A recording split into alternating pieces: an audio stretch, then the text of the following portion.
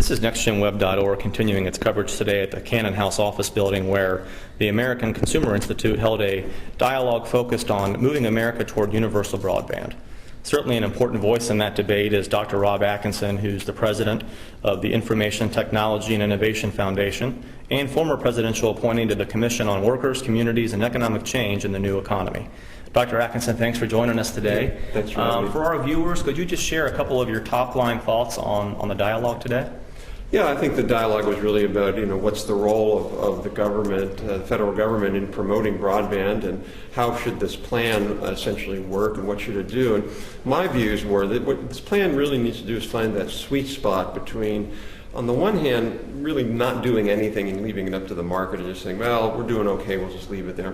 But on the other hand, really being overly prescriptive and saying, we want 89% of people to have 100 megabits to the home, or you really can't do that either. And what the goal, in my view of the plan is to nudge the marketplace to help support the marketplace in going in the directions we think it needs to go in. Those directions are, we need to have more people using broadband at home, so we need to help with the demand side, we need to have faster networks, and we need to have networks in more places. Those are the real questions I think that the plan needs to address. Okay. You alluded to demand. I was wondering if you might be able to expand upon that a little bit. Often we hear about the need to deploy to those unserved areas, or even worse, underserved areas. Certainly that is an issue that public-private partnerships, I think you might agree, would aim to address. But on the demand side, I know Pew has a lot of data on folks that have access but don't adopt because they say they don't need it. Is there room in the stimulus, or does the stimulus address that at all from your perspective?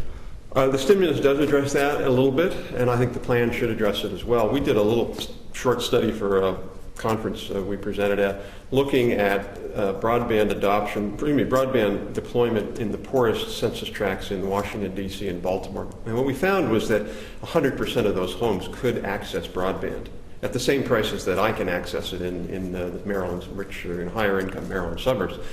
So I don't think in those areas, it's not really a challenge of there's no broadband. There is broadband, and the challenge is people don't adopt it. And there are lots and lots of programs and initiatives you can do. The Koreans are the world leaders on that. They had programs for low-income people where they got, if your child did well in school, you got a free computer.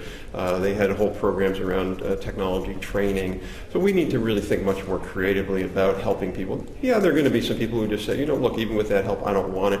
I think that's a very small percentage of the population. Most people, I think, if given the opportunity, would adopt these technologies, but we need to provide that opportunity. Yeah. Well, as always, we appreciate your support and your thoughts on NextGen Web. Thank you very much. Okay. Take care.